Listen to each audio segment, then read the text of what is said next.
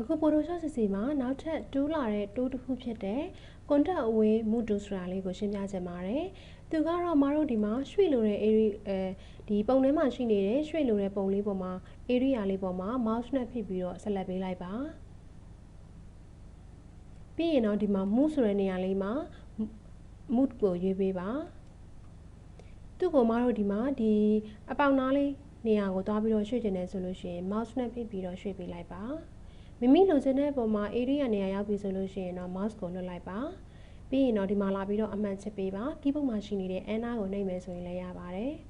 ဟောဒါဆိုလို့ရှိရင်သူကဒီနေရာကပြတ်သွားပြီးတော့ဒီနားလေးကိုရွှေ့ပေးသွားတာဖြစ်ပါတယ် selection ဖြောက်မယ်ဆိုရင်တော့ control T ကိုနှိပ်လိုက်ပါနောက်ထပ်ပုံတစ်ပုံပြပါမယ်ဒီ image ထဲမှာရှိနေတဲ့မိမိရွှေ့လိုချင်တဲ့ area လေးကိုဆက်လက်ပေးလိုက်ပါ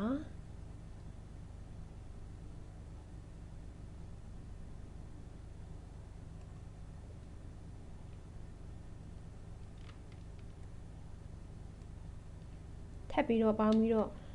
selection လုပ်ဖို့အတွက်ဆိုလို့ရှိရင်တော့ shift နဲ့ဖိပြီးတော့သုံးပါတယ်ဒါအရှိတုန်းက selection သင်ခန်းစာမှာသင်ပြီးသားဖြစ်ပါတယ်အဲ့တော့ဒီမှာမှ select လုပ်ပြီးသွားပြီပြီးသွားတဲ့အခါမှာ select လုပ်ပြီးတော့နောက်ထပ်တစ်နေရာလေးကိုရွှေ့ကြည့်လိုက်ပါဒီနားလေးကိုရွှေ့မယ်ဆိုပါတော့သူနဲ့ line တူအောင်လေးလိုက်ပြီးရွှေ့လိုက်ပါပြီးရင် mouse ကိုလွှတ်လိုက်ပါ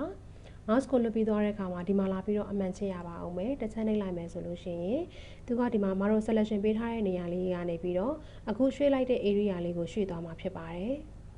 selection ဖြောက်မယ်ဆိုရင်တော့ control D ကိုနှိပ်ပါမယ်နောက်ထပ်ဒီ contact away scale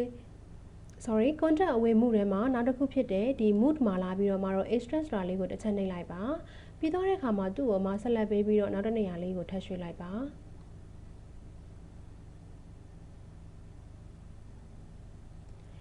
ပြီးရင်ဒီမှာလာပြီးတော့အမှန်ချစ်လိုက်ပါမယ်သူကကြတော့မူရင်း area ကလည်းကြံခဲ့မယ်အခုရွှေ့လိုက်တဲ့နေရာပေါ်မှာလည်းထပ်ပြီးတော့ copy ပွားသွားတာဖြစ်ပါတယ်အခုဒီကောင်လေးကိုရွှေ့မယ်ဆိုလည်းဒီလိုပါပဲအမတို့ရွှေ့မဲ့ area လေးကိုဆက်လက်ပေးလိုက်ပါ